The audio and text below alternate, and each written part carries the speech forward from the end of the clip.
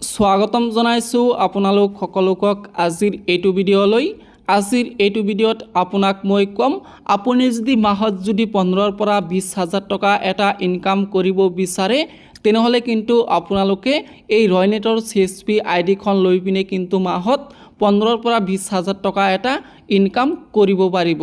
তো ৰয়নেটৰ CSP আইডিখন আপোনালোকে কেনেকৈ ল'ব পাৰিব আৰু ৰয়নেটৰ CSP আইডিখন লোৱাৰ কাৰণে আপোনালোকৰ কি ডকুমেন্টস লাগিব আৰু কিমান টকা খৰচ হ'ব আৰু ৰয়নেটৰ CSP আইডিখন লোৱাৰ পিছতে আপোনালোকে ৰয়নেট CSP আইডিখনত কি কাম কৰিব পাৰিব গোটেইখিনি কথা এইটো ভিডিঅ'তে আমি আলোচনা কৰিম। তো ভিডিঅ'টো প্ৰথমৰ পৰা শেষলৈকে চাই থাকিব। তো ৰয়নেটৰ CSP আইডিখন আপোনালোকে কেনেকৈ ল'ব পাৰিব।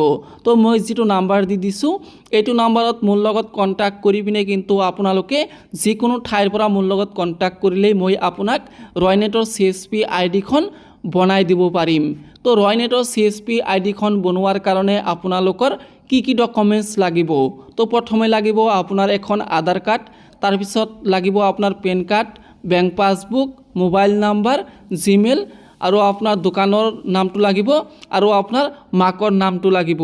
তো এইখিনি ডকুমেন্টস দি পিনে কিন্তু আপোনালোকে ৰয়নেটৰ CSP আইডিখন লৈ ল'ব পাৰিব। তো ৰয়নেটৰ CSP আইডিখন লোৱাৰ কাৰণে আপোনালোকৰ কিমান টকা লাগিব। তো চাওক 500 টকাতে মই এতিয়া ৰয়নেটৰ CSP আইডি বনাই দি আছো।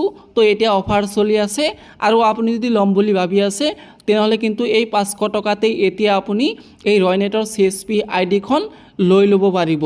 তো ৰয়নেটৰ CSP আইডিখন লৈ পিনে আপোনালোকে কি কাম কৰিব পাৰিব। তো প্ৰথমে আপুনি যেটো মই ডকুমেন্টছৰ কথা ক'লো এইখিনি ডকুমেন্টছ মোক দি দিলে মই আপোনালোকক ৰয়নেটৰ CSP আইডিখন ক্ৰিয়েট কৰাই দিম। ক্ৰিয়েট কৰাই দিয়াৰ পিছতে আপোনালোকে মোবাইলত বা ল্যাপটপত লগইনটো কৰাই ল'ব। মোবাইলত কৰিলে আপোনাৰ এনেকুৱা পেজটো খোল খাই যাব। পেজটো খোল খাই যাওয়াৰ পিছতে আপোনালোকে এতে প্ৰথমে চাব পাৰিছে APS। তো APS কৰি পিনে কিন্তু আপোনালোকে যিকোনো বেংকৰ পৰা আপোনালোকে আধাৰ কাৰ্ডৰ যোগেদি পইচা withdrawal, cash deposit, balance enquiry, mini statement এইখিনি কিন্তু আপোনালোকে কাস্টমাৰক কৰাই দিব পাৰিব। তো প্ৰথমে চাওক আপোনাৰ ইয়াতে yes bank APS, ICICI APS, NSDL APS, আধাৰ পে নিউ, ইয়েছ বেংক আধাৰ পে। তো এই 5টা সাৰ্ভাৰতে কিন্তু আপোনালোকে ৰয়নেটৰ CSP আইডিখন লৈ পিনে কিন্তু কামটো কৰিব পাৰিব। তো চাওক ধৰক আপোনাৰ যদি এটা সাৰ্ভাৰত প্ৰবলেম কৰি দিয়ে তেনেহলে কিন্তু আপুনি এই বাকি 4টাৰ পৰা কিন্তু পইচা আপুনি কাস্টমাৰক withdrawal, cash deposit, balance enquiry, mini statement কিন্তু কৰি দিব পাৰিব।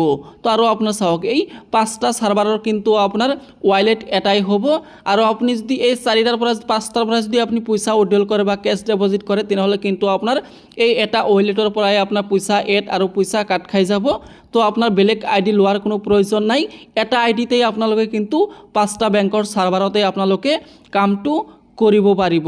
তো তাৰ পিছত এতে চাওক আপোনালোকে দেখা পাইছে মানি ট্ৰান্সফাৰ। তো আপোনালোকে মানি ট্ৰান্সফাৰো কৰিব পাৰিব আৰু এতে চাওক এতে মাইক্ৰো ATM। তো মাইক্ৰো ATMৰ পৰা চাওক আপোনালোকে কি কৰিব পাৰিব যিকোনো ATMৰ পৰা আপোনালোকে পইচা উইথড্ৰল কৰি দিব পাৰিব কাস্টমাৰক। তাৰ পিছত এতে চাওক ট্ৰাভেল সাৰ্ভিস। এতে চাওক প্ৰথমে আপোনাৰ এটা আছে IRCTC। তো আপোনালোকে ট্ৰেইনৰ টিকেট কাটি দিব পাৰিব কাস্টমাৰক, ফ্লাইটৰ টিকেট বুকিং কৰি দিব পাৰিব আৰু বাছৰ টিকেট আপোনালোকে বুকিং কৰি দিব কাস্টমাৰক। আৰু এতে চাওক যিকোনো মোবাইল ৰিচাৰ্জ, তাৰ পিছত আপোনাৰ DTH ৰিচাৰ্জ আৰু আপোনাৰ যিকোনো বিল পেমেন্ট আপোনালোকে কৰি দিব পাৰে এইখন ৰয়নেটৰ CSP আইডিখন লৈ পিনে। আৰু এতে চাওক আপোনাৰ ক্ৰেডিট কাৰ্ড পেমেন্ট কৰিব পাৰিব। তো ক্ৰেডিট কাৰ্ডৰ যদি আপোনাৰ কোনোবা বিল দিব বিচাৰে তেনেহলে আপোনালোকে কিন্তু বিলটো পে কৰি দিব পাৰিব। আৰু এতে চাওক দেখা পাইছে ইয়াতে নিউ NSDL পেন কাৰ্ড। তো আপোনালোকে নিউ NSDL পেন কাৰ্ডখন আপোনালোকে কাস্টমাৰক বনাই দিব পাৰে আৰু কাৰেকশ্যন কৰাই দিব পাৰে। আৰু যদি কোনোবাই যদি কয় যে মোক OTP বেছিক লাগে আৰু OTP বেছি কৰি দিব পাৰে। আৰু যদি কোনোবাই ফিংগাৰ দি ল'ব বিচাৰে আপোনাৰ পেন কাৰ্ডখন ফিংগাৰ দিও আপোনালোকে কৰি দিব পাৰে। তো তাৰ পিছত এতে চাওক আপোনালোকে একাউন্ট ওপেনিং কৰি দিব পাৰে। তো এতে প্ৰথমে চাওক এতে এক্সিস বেংক সেভিং একাউন্ট। তো এইটো বৰ্তমান ওপেনিং নহয়, এইটো কেইদিনমান পিছতে হৈ যাব। আৰু বাকি যিবিলাক আছে চাওক এতে আপোনাৰ এতে যেটো বেংক ওপেনিং হৈ আছে সেইটো হল আপোনাৰ ফিনকেয়াৰ একাউন্ট ওপেন। তো ফিনকেয়াৰৰ একাউন্ট আপোনালোকে ওপেন কৰি দিব পাৰে কাস্টমাৰক। তো 1 টকাও নালাগে আপোনাৰ কাস্টমাৰক আৰু ৰিটেইলাৰৰ 1 টকাও নালাগে আপোনাৰ এইখন ৰয়নেটৰ পৰা যদি আপোনালোকে ফিনকেয়াৰৰ CSP আইডিৰ পৰা একাউণ্ট অপেনিং কৰি দিয়ে তেনেহ'লে কিন্তু আপোনালোকৰ 1 টকাও খৰচ নহয়। এইটো হ'ল আপোনাৰ জিৰ' বেলেঞ্চ একাউণ্ট হয় আৰু আপোনালোকে এইখন একাউণ্ট অপেন কৰি দিয়াৰ পিছতে কিন্তু 40 টকাকৈ পাৰ একাউণ্টত আপোনালোকক কমিশ্যন কোম্পানীয়ে দি দিব আৰু আপোনালোকে কিন্তু একাউণ্টখন বনাই দিয়াৰ পিছতে গুগল পে ফোনপে ৰেফাৰ কৰি কিনে কিন্তু মাহত আপোনালোকে বহুত টকা এটা ইনকাম কৰিব পাৰিব।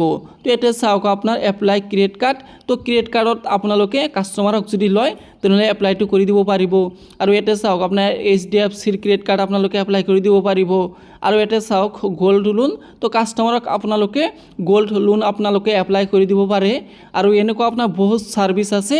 যদি আপুনি ৰয়নেটৰ CSP আইডিখন ল'ম বুলি ভাবি আছে তেনেহ'লে মোৰ লগত কণ্টেক্ট কৰক আৰু আপোনালোকৰ ডকুমেণ্টছখিনি দিয়ক আৰু পে'মেণ্টটো কৰি দিয়ক, মই আপোনালোকক ৰয়নেটৰ CSP আইডিখন বনাই দিম। তো আজিলৈ ইমানেই।